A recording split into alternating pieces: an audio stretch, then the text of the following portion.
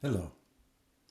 On April 21st, 1865, a train rolled slowly out of the station in Washington, D.C., bearing the body of Abraham Lincoln on what would become a 3-week, 1,600-mile journey to his final resting place in Springfield, Illinois.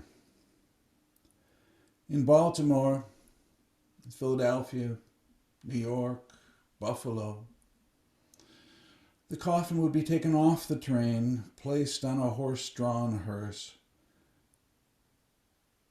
and carried through the city. As hundreds of thousands of people, black and white, followed slowly behind. In 400 towns and villages, the train stopped, or at least slowed down, giving millions of Americans a chance to say their goodbyes and reflect. As the train passed through the countryside, farmers would stand still in their fields, sometimes even kneel. And at night, clusters of people could be seen holding torches as the train rolled by. Lincoln's funeral train was taking the very same route that he had taken 4 years before in coming from Springfield to Washington to become inaugurated as the 16th president. And on this return trip, it was very clear that the landscape of this country had changed. Not so much the outer landscape, but I would say the inner landscape of the American people.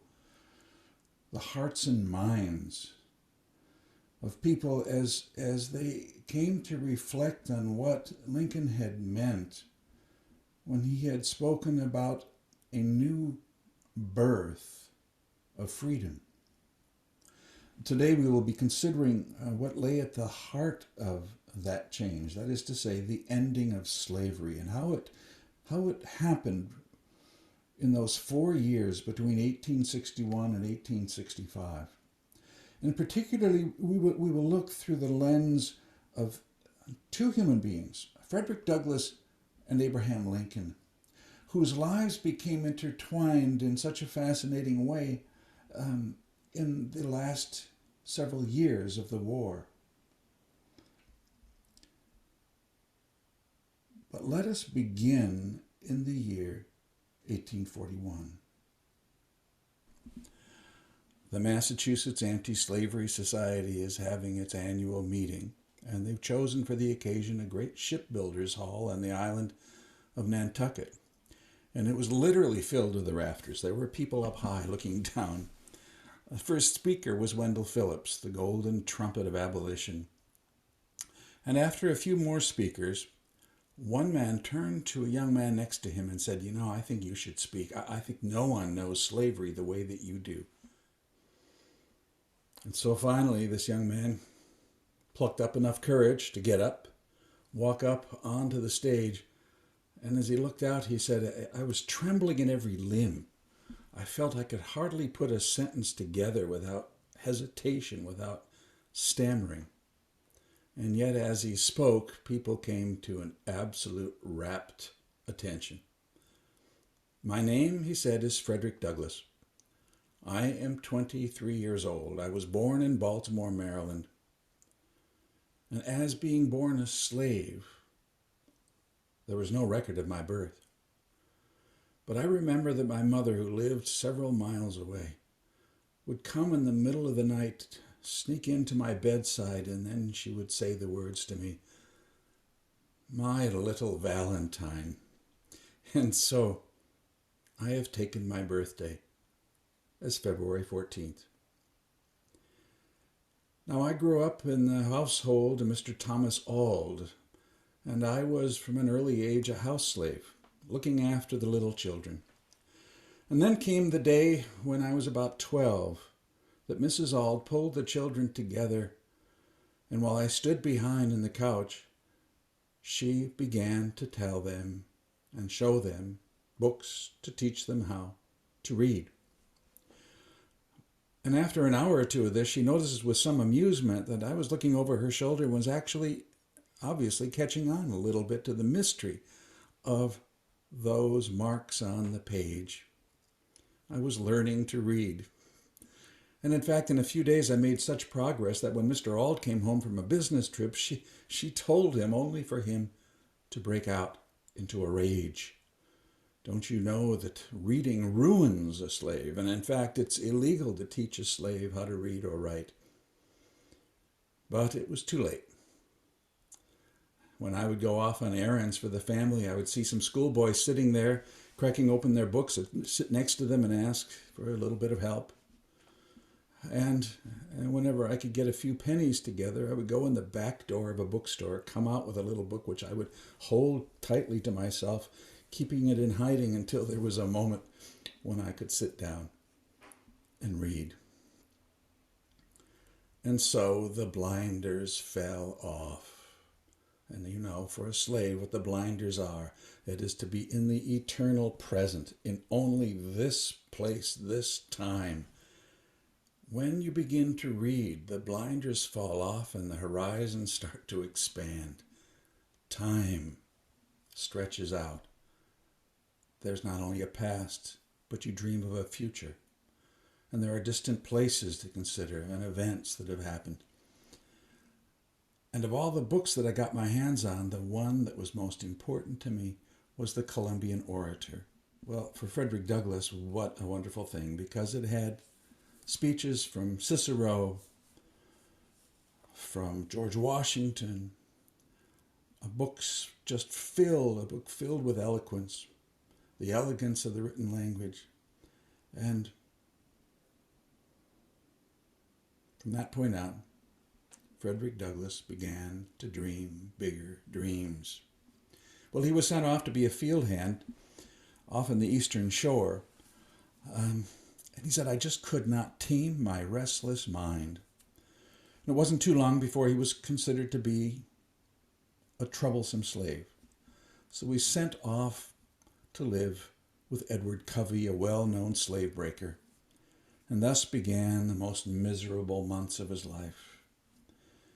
He was aching from the work, and every week there'd be some excuse for Mr. Covey to take him and drag him off to a tree, tie him up, and give him a whipping. And this went on for week after miserable week. On the Sabbath, he would walk over to the Chesapeake Bay, and there he would see ships under sail, and he would imagine what ports they have come from and what ports they are going to. He later wrote of his thoughts from those days. You are loosed from your moorings and are free, and I am fast in my chains.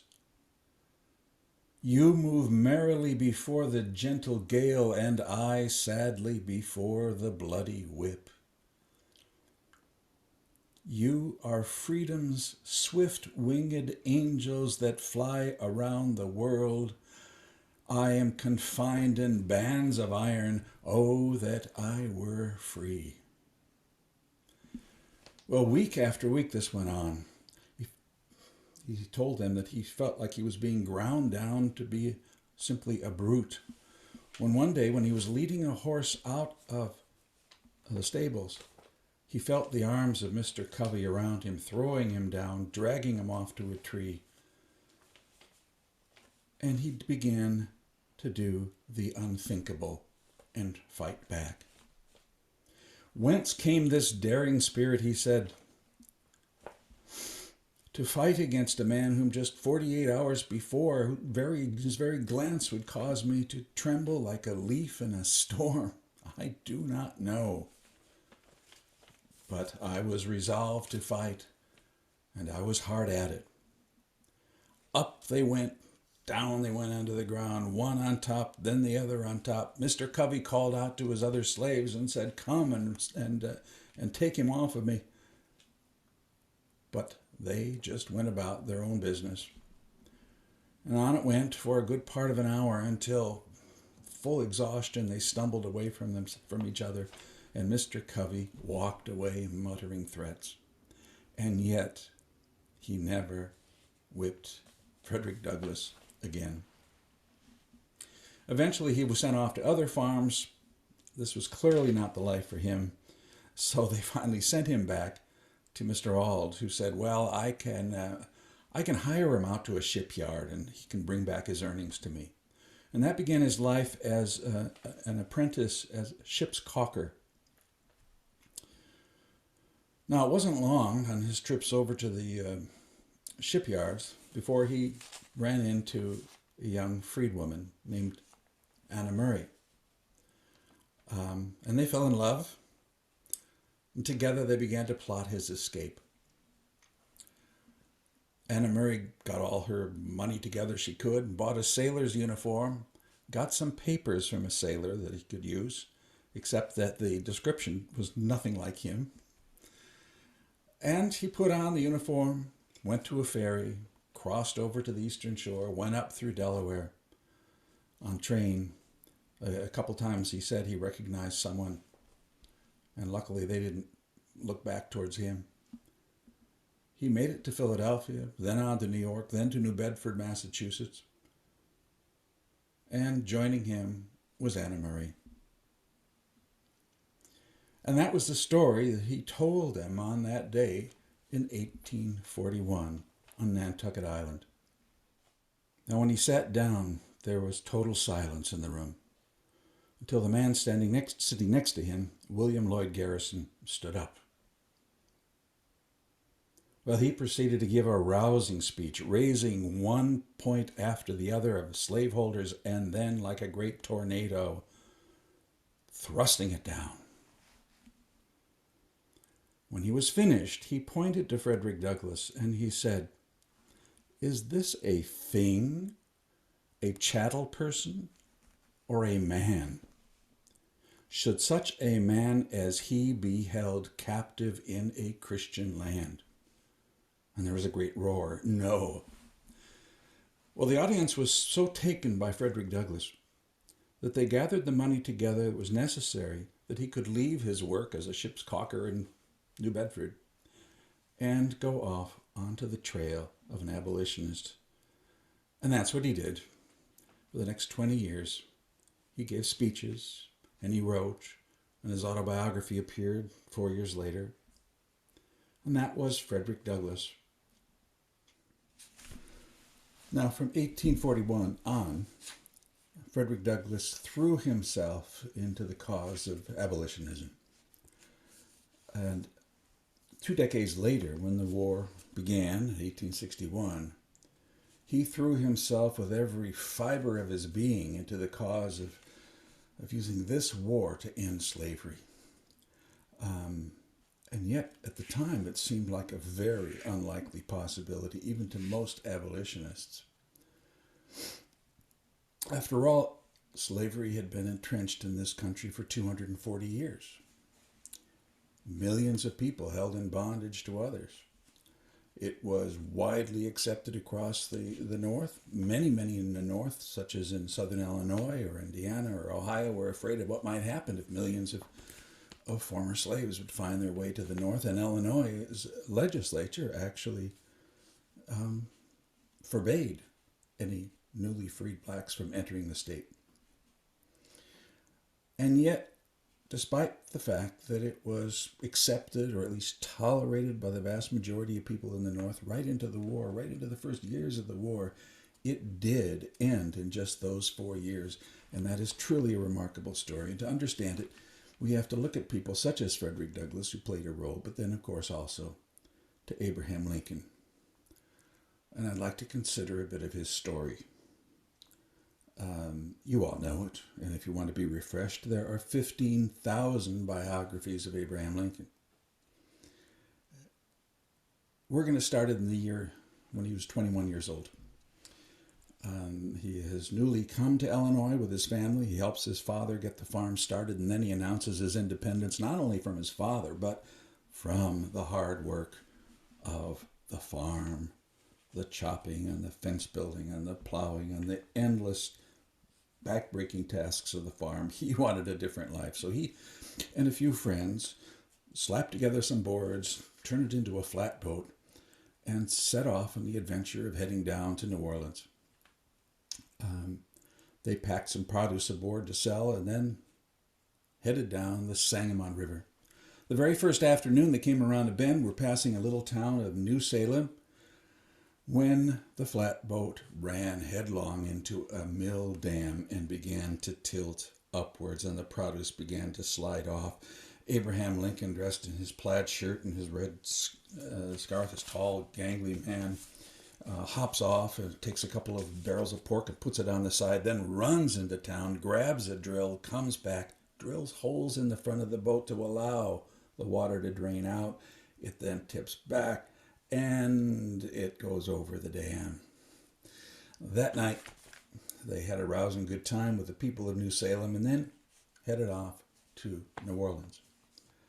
But a year later, he came back and he took a position there as clerk in the general store. And I often think, what a perfect job for a young man, 22-year-old man. Lincoln had grown up with stories. He'd always gone Indiana to the general store whenever he could, and he would just imbibe these stories from the frontier and go back and try them out on his friends. Now in a general store, he could stand there and in would come some pioneer family with adventures of their own to tell, or he would tell a story to them accompanied by an uproarious laugh. A few years ago, Renata and I were able to go to New Salem and to walk through the reconstructed village in the evening. And as past the general store, you could just imagine the door opening, and there would be Lincoln all effusively rendering a story of some kind. Now, Abraham Lincoln, from an early age, had some political ambitions. He dreamed of even going to the Illinois legislature, but he knew that he really had no education. He'd read a tremendous amount, but he procured a book called, well, it was The Columbian Orator, of all things. And in it, in reading the speeches of Socrates and so many others, he just drank it in. He became immersed in the cadence, the elegance of the speech, the way of emphasizing, speaking out of principle. And he eventually got in the legislature, served 4 terms there, went on to study law on his own, was allowed to practice before the bar, and thus began his life as a wandering attorney, spending at least 5 months of the year on the road. This began in the year 1841. And he basically followed a judge. So a judge would show up in a town. People would come with their lawsuits. Defendants would take one lawyer and the plaintiff the other, and Lincoln would take one side. And after a day in court, he and the opposing attorney and the judge would retire to the nearest inn to sit in front of the fire, swapping stories until well on into the evening, and then go upstairs to what may well have been the only bedroom, and sometimes the only bed. The judge might be sleeping in the middle, and one attorney on one side, Lincoln on the other side. I guess we call that being in bed with the judge. But for him, it was wonderful because he was just gathering more and more stories, more and more experiences. And this was his life. All of it brought with great humor and imagination. But there was another side of Lincoln's life as well. And to understand this life, we have to remember that Lincoln had many bouts of depression. And I think we can trace it to the endless amounts of tragedy that he experienced. Of course, in his early life, his mother died. His sister, older sister, died giving birth to her first child. He spoke of going to many, many different gravesides where little children were buried out there in the frontier. Life was very fragile. Of course, he lost his first love, Anne Rutledge. Later, he would lose his son, Edward, sitting by his bedside, watching helplessly as he just faded away. And then, not that many years later, 12 years later, in the White House, little Willie, the one bright bit of light that he had in this difficult world of his, passed away. It was a difficult life. When he was 36, he went back to Indiana to his old homestead for the first time and only time.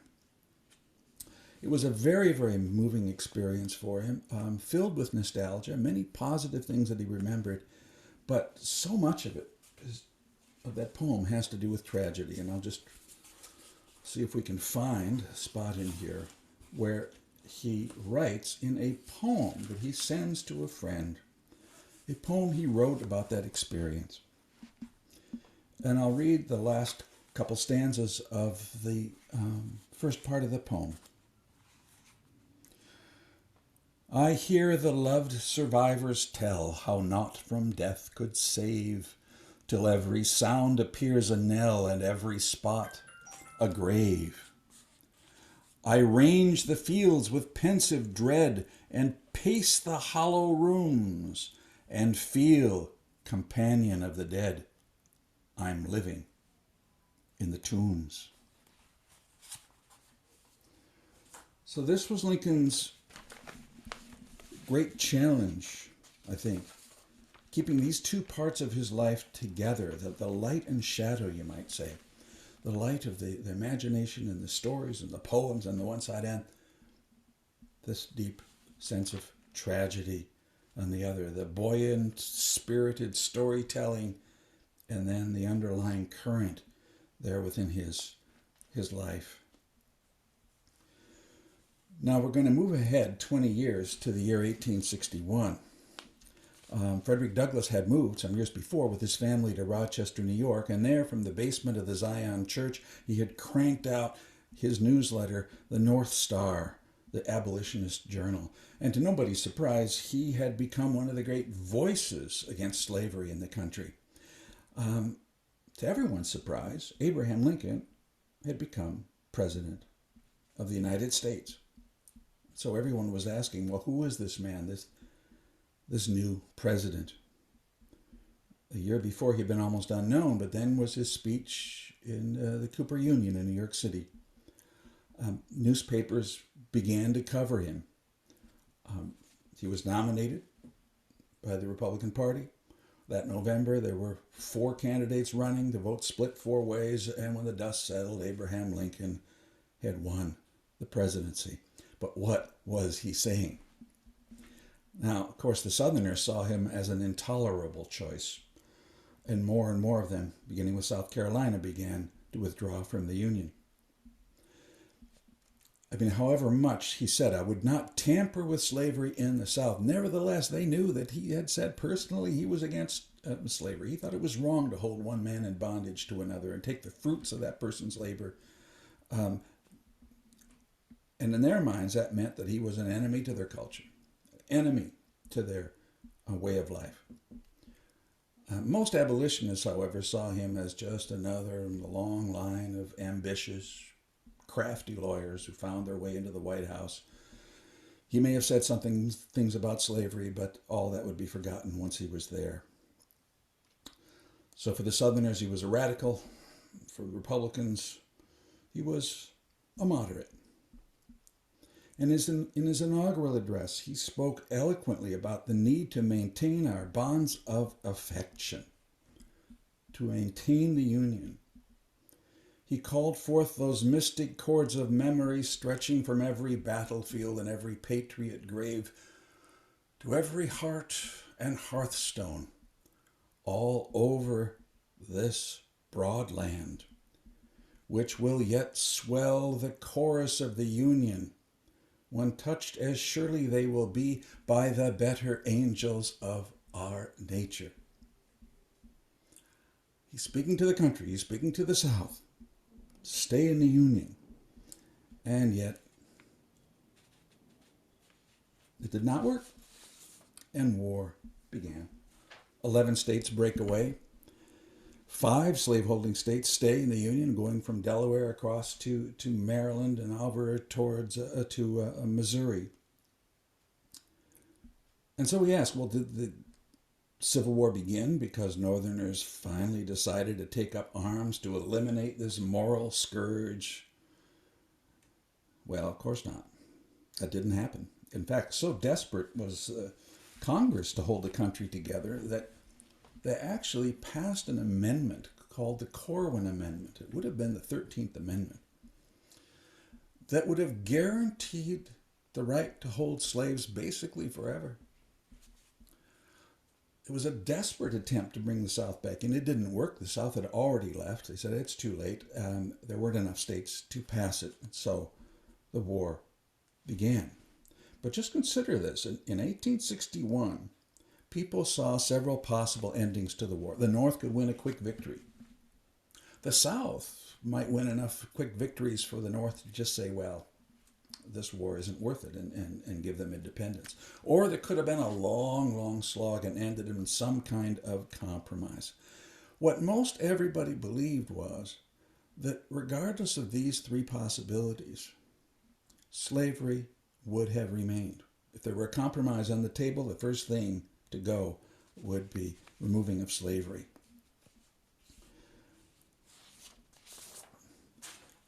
So the fact of the disappearance of slavery in just 4 years, when even most abolitionists thought it would take decades, is one of the great stories in history.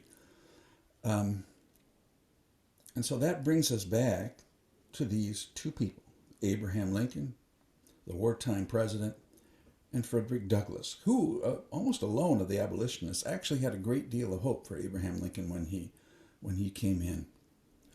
But Lincoln made it clear from the beginning that it was union that was his cause. He would uphold the Constitution and the laws of Congress, including the Fugitive Slave Act of 1850, which said that if a slave escaped to the North, that even the forces of the federal government could be called upon to bring them back. But it wasn't long before even members of his own military were moving more rapidly. As the Northern Army pushed their way into a section of Virginia, 3 slaves came into the Union lines, beyond the Union lines, saying that they had been made to dig fortifications for the rebel army. And so they stayed. A few days later, their master came to find them, demanded to have them back, spoke with General Butler, who said, but they've been working for you. Yeah, he says, but there's the Fugitive Slave Act. But he said, but yes, but you've withdrawn from the Union, so how can you ask us to enforce the Fugitive Slave Act? And so they stayed. And other slaves began to come behind his Union lines. Now this got out, and it went down the slave grapevine. And by August of 1861, over 1,000 men, women, and children had found their way behind the Union lines. Congress then passed a Confiscation Act saying that any enslaved people who had been working for the rebel cause, who get to Union lines, would be able to stay behind them and become free.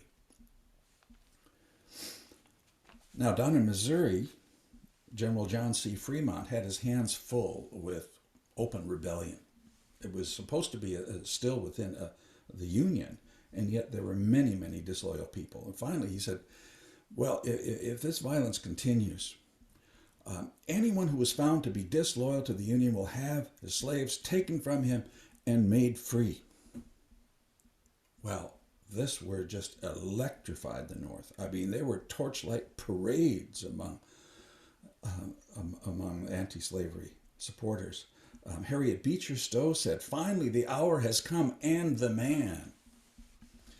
But just 12 days later, Abraham Lincoln countermanded the order and said, I have my hands full with these 11 states who have withdrawn. Just have to now deal with what would become an open rebellion if I did such a thing in Missouri. Well, I can't deal with that now. General Fremont was very upset. He said, it's wrong for the country to endure such a great war while ignoring the plight of the slaves. This needed to become a war on behalf of freedom, he said. But Lincoln said no.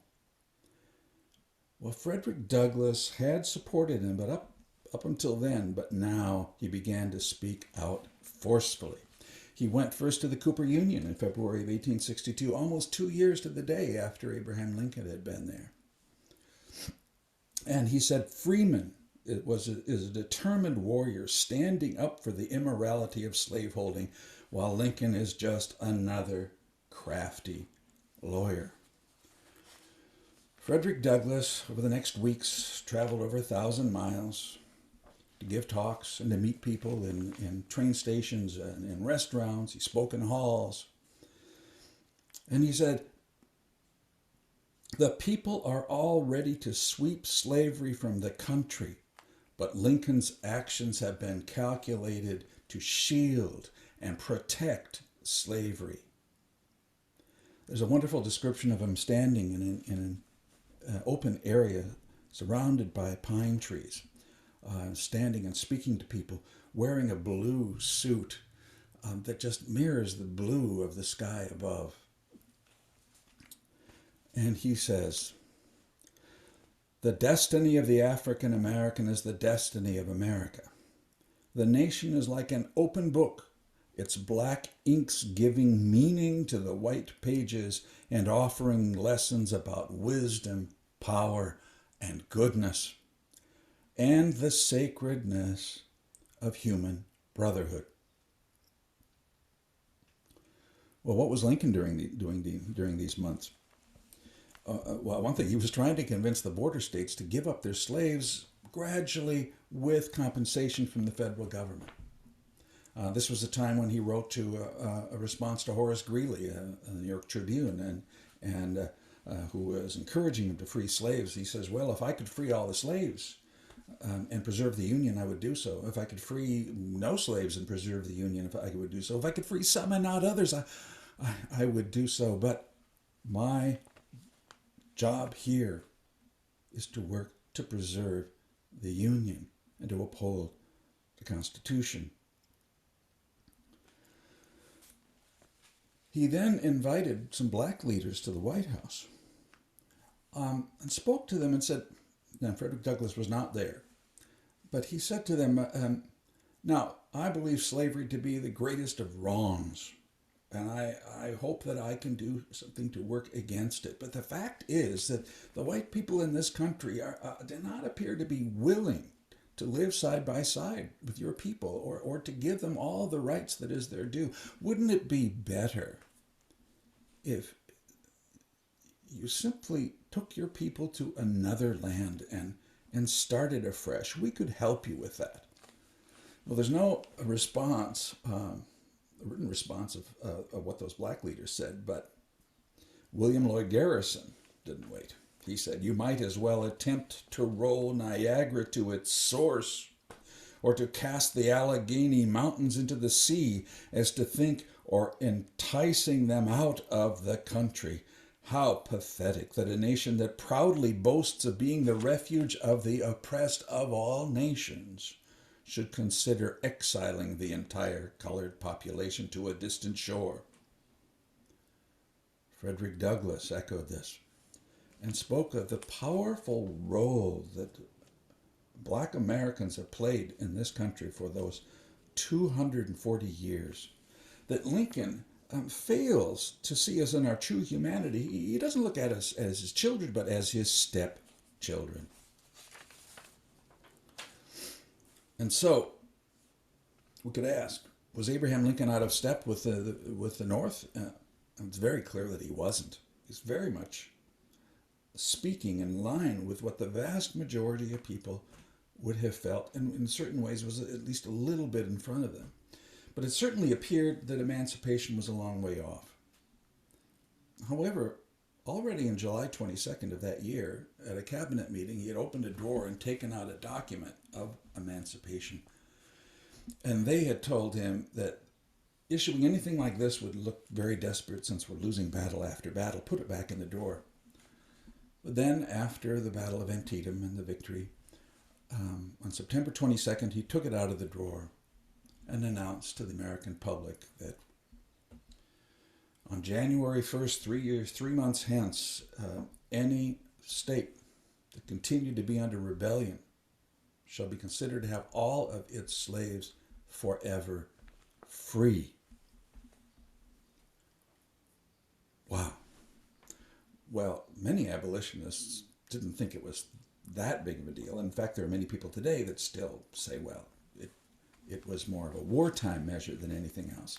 But Frederick Douglass surprised his fellow abolitionists by saying it was a supremely significant deed. Until then, he said, Lincoln had almost broken my heart with his slothful deliberation, plunging me into the depths of despair. But like Job being restored, my hopes for the nation are suddenly renewed. We shout for joy that we live to record this righteous decree. And he said, January 1st from now on will become another day in our history, such as the 4th of July. As New Year's Eve approached, Frederick Douglass traveled to Boston and stood in the music hall with William Lloyd Garrison, Wendell Phillips, and many others. When they saw up in the balcony Harriet Beecher Stowe, everybody stood and cheered. And then they waited hour after hour, and when midnight came, the bell tolled. A black minister intoned the words, "Sound the loud timbrel of Egypt's dark sea. Jehovah hath triumphed. His people are free." In Washington that night, crowds of people were out all night long, torchlight parades. And the next day, hundreds and hundreds of people filed past the president, shaking his hand until he said, well, I hope that by the time I sign the proclamation that my hand won't be shaking, because I have never in my life felt so certain. When the document was printed, Frederick Douglass went right to it, scoured the document to find those words, "forever free, forever free." And in fact, some members of the cabinet of Lincoln had said, well, maybe we should just take that word out because, it doesn't give us much wiggle room if we ever have to compromise. But he refused. Lincoln then made the announcement that from this point on, black men would be allowed to wear the Union blue. The Massachusetts legislature established the 54th Black Regiment, and among the recruiters was Frederick Douglass, who worked tirelessly to encourage black men to put on the Union uniform.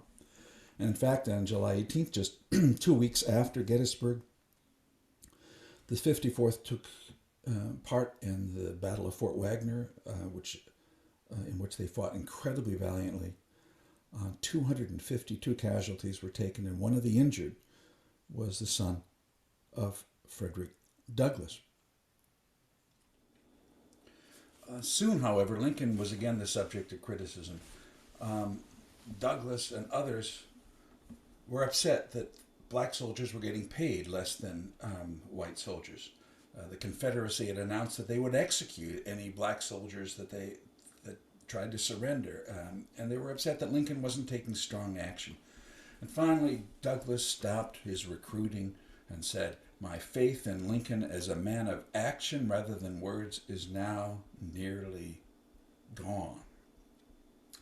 So, in early August 1863, Frederick Douglass decided to go see the president. He boarded a train in Rochester and began the long, tedious train journey. Trains weren't comfortable in those days. He would try to go to the sleeping compartment, and it was just a couple of planks. There was soot everywhere coming in. And he said that by the time he eventually got to Baltimore, I was the only one who stepped off that train whose complexion had not been noticeably darkened. Now, he had to walk from one train station to another in Baltimore, so he was back in some of the same streets he had known as a young man, and actually it was somewhat dangerous because it was known that freed blacks could even be snapped up and sent down to the South, even in those days. But he did get aboard the train, and he did get to Washington, D.C., and when he got off the train, he stepped into the midst of hundreds and hundreds and hundreds of slaves who had found their way to freedom in Washington. many of them dressed in rags, very emaciated. And here he was walking through their midst, this tall, elegantly dressed man, this black coat and his white collar up to his neck, and his great head of hair that was now beginning to be flecked with gray. He went to a boarding house, and the next morning he decided, I'll go to the White House early because I have no letter of introduction. I have no invitation. So, but if I get there early enough, I can get my card in and have some hope of seeing him. But when he got there, it was already packed with people, even up the staircases. And he sat down for what he thought was a long wait. Well, Lincoln wasn't staying in the White House. He was coming from the soldiers' home because it was another hot, muggy night. So he rode up eventually behind a whole host of cavalry with their swords held high. Lincoln got down, went around the back way, and Douglas settled in, knowing that there had been people there who had been there for days. Shortly thereafter, a voice called out, "Mr. Douglas, the President will see you." You can imagine the look on the faces of these others, all white men, as he walked up the stairs and went into the office of the President. As the door opened, he looked in and he could see Lincoln sitting there amidst papers and books all over, his feet up on chairs. He says, as I walked in, the President stood up, pulled his legs back from whatever part of the room they had wandered in, and strided towards him, saying, "Mr. Douglas, how good of you to come and see me. I know of you. I have read of you. Please, let us have a conversation." And so they do. And they go through the various things, and Abraham Lincoln explains why the issue with pay is difficult. It's because there's so many people opposed at all to having blacks in the military. It is taking a little time. And they talked. Later, Frederick Douglass, after he left, said, I hadn't really convinced him of everything I'd hoped to bring. But, he said, I have never seen a more transparent countenance. There is no racism in that man. There's none of those awkward moments that I even have sometimes with my abolitionist friends. I was never reminded of my humble origin or my unpopular skin color. Well, a year went by, and Frederick Douglass was again upset. This is now August of 1864, and while Abraham Lincoln had come out in favor of an amendment that would abolish slavery, nevertheless, his policies on Reconstruction were destined, he felt, to allow the slave to the South to reassert themselves over blacks. And also Lincoln hadn't come out openly on behalf of blacks' right to vote or total equal rights. And finally he had written, Lincoln is indifferent to slavery and absent of any moral feeling. Well, Lincoln read his words and did what any president should be expected to do. He invited him to the White House. So Frederick Douglass again boarded the train and headed there. This time he was invited in quickly, but he had to wait in the adjoining room for a moment. And as he sat there, he said, I suddenly felt the stare that I know so well. And I looked across, there was Judge Mills of Wisconsin, who says, so you are the president now? And he responded, no, I am Frederick Douglass.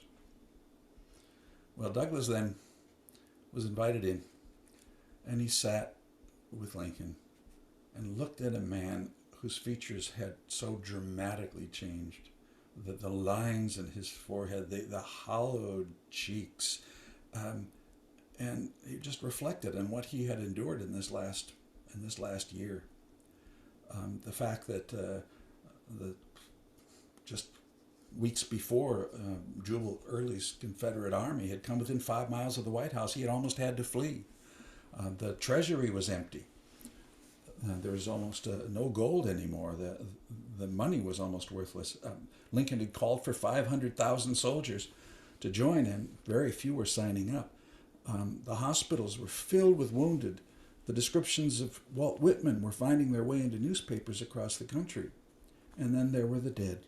So many war dead as Grant slogged his way towards Richmond. that they had to put out extra editions of the newspaper. Lincoln clearly had aged a full decade, maybe two, in just a year.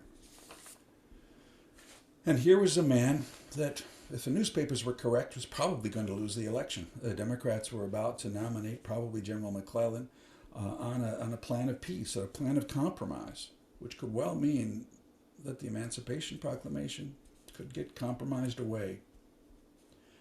And Lincoln explained to Douglas he was walking a fine line. He was supporting the amendment to abolish slavery, but as far as the right to vote, as far as all these things with Reconstruction, time, it was going to take time. And if he pushed them now, he would almost guarantee the Democrats would take the White House, and almost certainly slavery would become reinstituted in the country.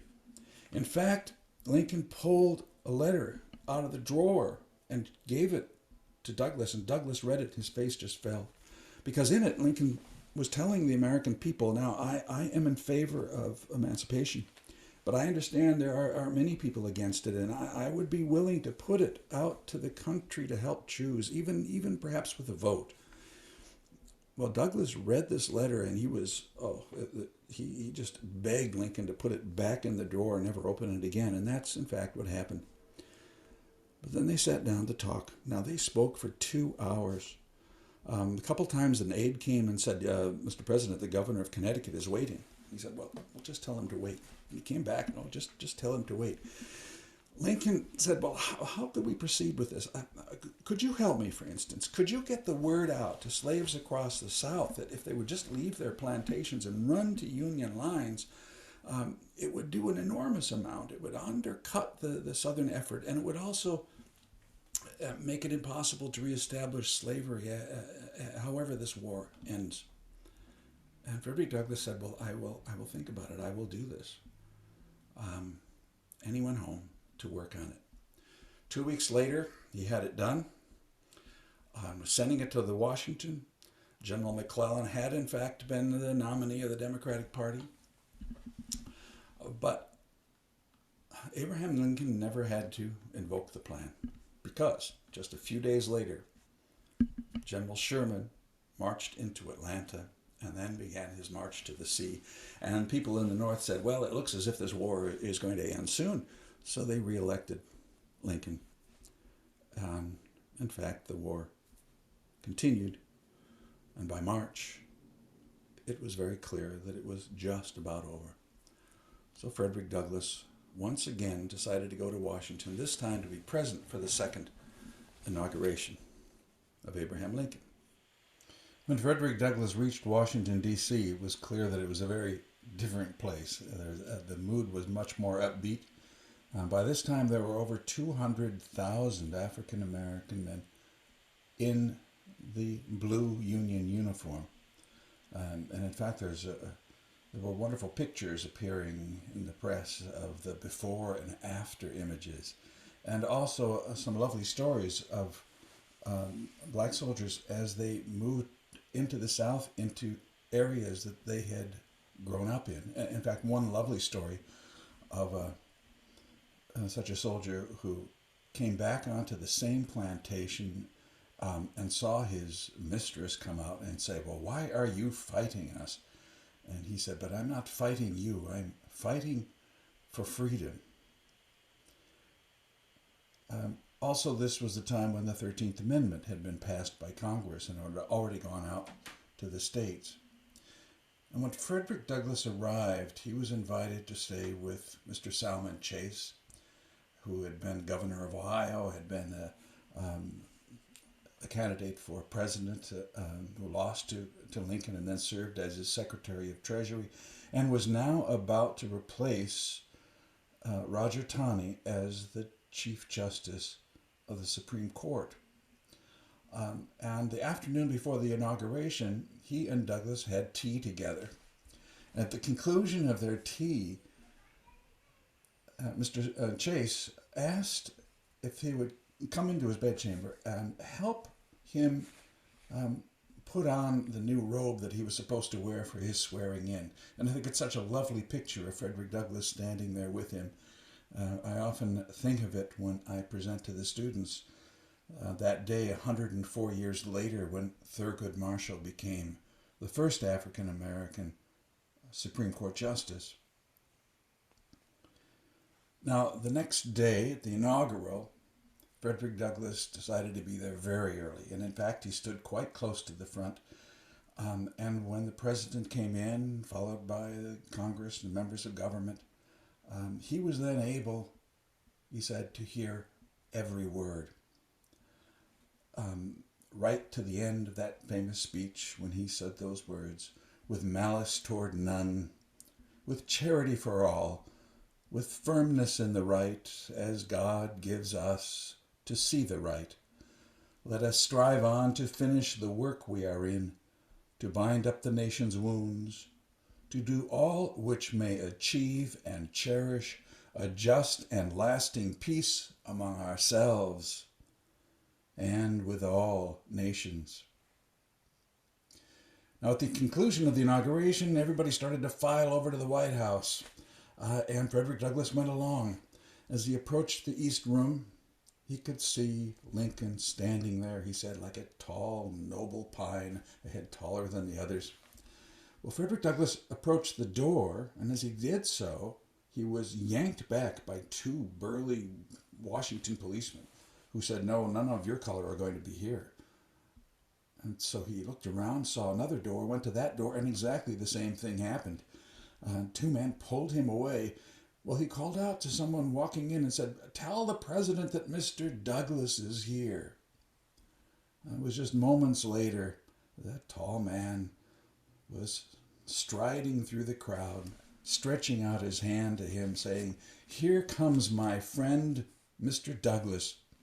I was glad to see you in the crowd today, listening to my address. Tell me, how did you find it? There is no one whose opinion in this country I more value than yours. And Frederick Douglass looked at him and said, Mr. President, it was a sacred effort. Well, as we know, within a month, the war was ending, and Abraham Lincoln was struck down by an assassin's bullet. And so with one last tragedy, the Great War ended. And yet we're still left with the question, how did it happen that in just these 4 years, the massive edifice of slavery, so entrenched in this country, just came crashing down? It required more than deeds of the president, more than an act of Congress. It really required a shift of consciousness. And to understand this, I think we have to turn back again to the work done by Frederick Douglass and his fellow abolitionists over 3 decades. And we certainly have to look to the inner journey that Abraham Lincoln went during these years, moving from preserving the Union to a proclamation of emancipation, and then to that statement in the second inaugural, that the war had, after all, a higher purpose, and that there was a hand of God, a hand of the divine in this entire struggle, which we perhaps had never seen, but now at the end stands so clear. And we can recall, to help us in this process, what Abraham Lincoln wrote to Congress back in his annual message on December 1st, 1862, just 1 month before the Emancipation Proclamation was to take effect, when he said, the dogmas of the quiet past are inadequate to the stormy present. The occasion is piled high with difficulty, and we must rise with the occasion. As our case is new, so we must think anew and act anew. We must disenthrall ourselves, and then we shall save our country. Now, this is a mighty change from the words he had been speaking just months before. Preserving the Union, well, that wasn't a cause that requires us to really disenthrall ourselves. It doesn't require us to think or to act anew. But true emancipation, now that was asking something of us that was really quite unprecedented. And so he went on and explained it a bit further. Fellow citizens, we cannot escape history. The fiery trial through which we pass will light us down in honor or dishonor to the last generation. In giving freedom to the slave, we assure freedom to the free, honorable alike in what we give and what we preserve. We shall nobly save or meanly lose the last, best hope of earth. And then 10 months later, we join Lincoln with 10,000 people walking up the incline to the new cemetery, the new military cemetery. And as he went onto that podium, he could look out and see that place where 8,000 men had died and where there were still scars on the battlefield. And then comes that short, simple speech, which builds gradually to really a new vision of what that war was meaning. That we here highly resolve that these dead shall not have died in vain, that this country, under God, shall have a new birth of freedom. And yet, as we have seen, in the summer of 1864, the nation still seemed to be ready to jettison the president, to compromise away emancipation. But something happened in the final months of that war. One side of it, I think, is that so many of Lincoln's speeches and writings found their way into newspapers. They became read widely. They were learned in classrooms, and children then brought them home and recited them to their parents. That a nation conceived in liberty was having a new birth of freedom. And we can't forget the letters that he wrote. Many of these letters began to appear. Just consider the one, for example, with Fanny McCulloch, who had lost her father in battle. Dear Fanny, he wrote, it is with deep grief that I learn of the death of your kind and brave father. In this sad world of ours, sorrow comes to us all. And to the young it comes with bitterest agony, because it takes them unawares. You cannot now realize that you will ever feel better. Is this not so? And yet it is a mistake. You are sure to be happy again. The memory of your dear father, instead of an agony, will yet be a sad, sweet feeling in your heart, of a purer and holier sort than you have ever known before. Your sincere friend, Abraham Lincoln. And then there were the photographs of Lincoln that showed to the nation just how deeply he had borne the tragedy of this really horrendous war, along with his own personal tragedies.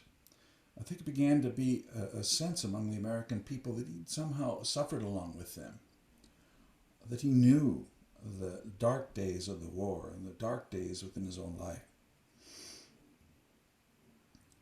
And then, of course, there's the second inaugural that you can read inside the Lincoln Memorial. I'll just recite a few words. The Almighty has his own purposes.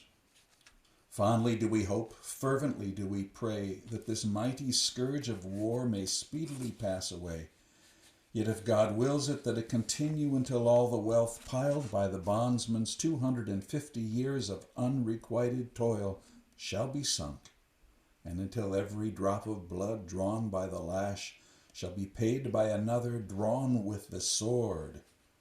As was said 3,000 years ago, so still it must be said, the judgments of the Lord are true and righteous altogether. So this is the journey of Abraham Lincoln. and a journey that I think he had to undergo in order to help bring the nation as a whole along with him. To move beyond acceptance of slavery to the tolerance of slavery, to fully accepting in the depths of their being that slavery was an abomination that had to be removed forever. Now, some people criticized Lincoln that he was too slow in this, but Frederick Douglass said a decade later, when he spoke at the unveiling of the Freedmen's Memorial in Washington, he said, yes, Lincoln had put the Union first, rather than the plight of the slave. But had he put the abolition of slavery before the salvation of the Union, he would have alienated most people in the North and rendered resistance to rebellion impossible. Viewed from the genuine abolition ground, Mr. Lincoln seemed tardy, cold, dull, and indifferent. But measuring him by the sentiment of his country, a sentiment he was bound as a statesman to consult, he was swift, zealous, radical, and determined. Of course, as Frederick Douglass put it, the work does not end with the abolition of slavery, it only begins. And as we are so well aware, the Reconstruction years were painfully difficult, deeply, deeply flawed. Nevertheless, I feel that the people of this country, along with Abraham Lincoln, went through a certain transformation in those years between his original journey out to Washington for his inauguration and that time 4 years later, when millions of people gathered along the train tracks on that slow journey back west. A kind of shift of consciousness that I think only the most prescient could imagine could happen in such a short time. People did wrestle with what Lincoln meant by a new birth of freedom. And so I would like to conclude by just looking a little more deeply into what may have been at the heart of that inner transformation in Lincoln. And I'd say also with the American people. And for help with this, I would like to turn to yet another person, yet another war. In the very last days of World War I, the Austrian scientist and philosopher Rudolf Steiner was wrestling with the issue of how mankind can forge a pathway forward amidst so much hatred and suffering of those previous 4 years. How it's possible to work on to the future after a conflict where it seemed difficult, if not impossible, to find a higher meaning. Now, today Steiner is known more for his founding of Waldorf schools, biodynamic farming, and initiatives in the arts and in architecture. But back in those very last days of the war, actually on October 25th, his concern was this, that how in the aftermath of all of this can there arise a new spirit of community. They were profoundly unsettling times, and people were coming up with all kinds of plans to how to move forward. But in those days in October, Rudolf Steiner was probing into the core question: how can humanity itself move forward? What has to happen before any of these plans would have a hope of coming to fruition? And on the 25th of October, he spoke these words: only a genuine concern of each human being for his neighbor can bring salvation to mankind in the future. And only that can bring about true community life. Now, this requires, in my words, a sort of a training ground, and Rudolf Steiner provides one in the tragic element in life. He says here that if one can go deeply into one's own encounters with sickness, with death, with mental disturbance, it can allow a true sympathetic understanding for others to arise. And I think of the sickness and death, I think of Abraham Lincoln as being haunted throughout his life by tragedy. and how so many people spoke of his ability, especially towards the end of the war, to engage so openly and freely with the people who came towards him. But I think also that Rudolf Steiner said not only was there sickness and death, but also mental disturbance. Now, when Abraham Lincoln was an adolescent, there was a young man named Matthew Gentry who was 3 years older than he, which for all purposes was a very lively, outgoing young man, but then at the age of 19 began to slip into insanity. Lincoln would walk over to the farm and stand there listening for hours as this poor young man uttered his moans and his cries. And he thought deeply about this. Now, earlier I mentioned the poem that he wrote when he went back to Indiana. And at the age of 36, when he was there, right away he went to this farm, only to discover that poor Matthew Gentry, now an older man, had slipped fully into a silent madness. So there's a second half to his poem, and that concludes, that it deals with, very poignantly, very painfully, with the case of Matthew Gentry. And at the conclusion of this, he writes, "O death, thou awe-inspiring prince, that keeps the world in fear, why dost thou tear more blessed ones hence and leave him lingering here?" Sickness, death, mental disturbance, the tragic element in life. And of course, this was at work not only in Lincoln, but in so many who endured that terrible war, perhaps leading to a greater respect for one's fellow humanity that could have been the underpinnings for an ending of slavery. Now, on the following day, October 26th, 1918, Rudolf Steiner said this: "Mankind must develop the capacity to comprehend the other human being symbolically." So this is a second step. And for that, what he really meant was to look beyond the countenance of the other human being to the spiritual archetype behind it. We might say to the essential individuality. And once again, there is a training ground, and that is to become immersed in the artistic forms of painting, of sculpture, to the inner rhythms of music and poetry, to engage ourselves really from childhood through old age in the appreciation and involvement and practicing of the arts. And that by doing this, something new can happen in our relationship of our individual nature to that of the other person. Now here I think of Abraham Lincoln and his storytelling.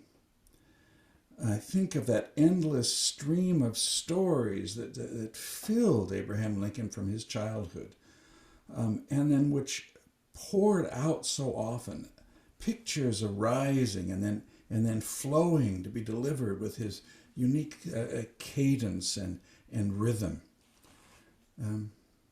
Frederick Douglass spoke of the transparent countenance of Abraham Lincoln, his ability to put everyone at ease, as if people could feel that something of their being could flow into his.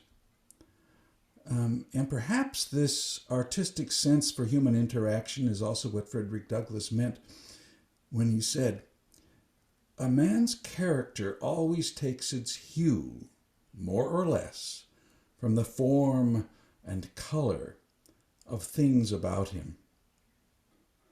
And I suspect that these two aspects of life of which Steiner was speaking, they manifest strongly in the life of Abraham Lincoln. On the one hand, going beyond the simple enduring of the tragedies of life, to building on them, to building bridges thereby with other human beings. And on the other, the striving with the help of a deep artistic sensibility to perceive the spiritual character, the true individuality of the person standing in front of us.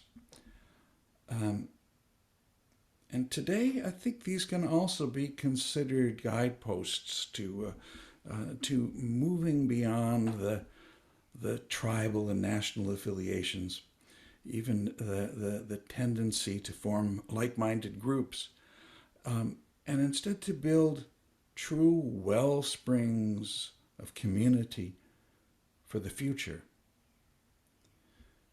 Or as Abraham Lincoln would say, the dogmas of the quiet past are inadequate to the stormy present. The occasion is piled high with difficulty, and we must rise with the occasion. As our case is new, so must we think anew and act anew. We must disenthrall ourselves, and then we shall save our country. Thank you.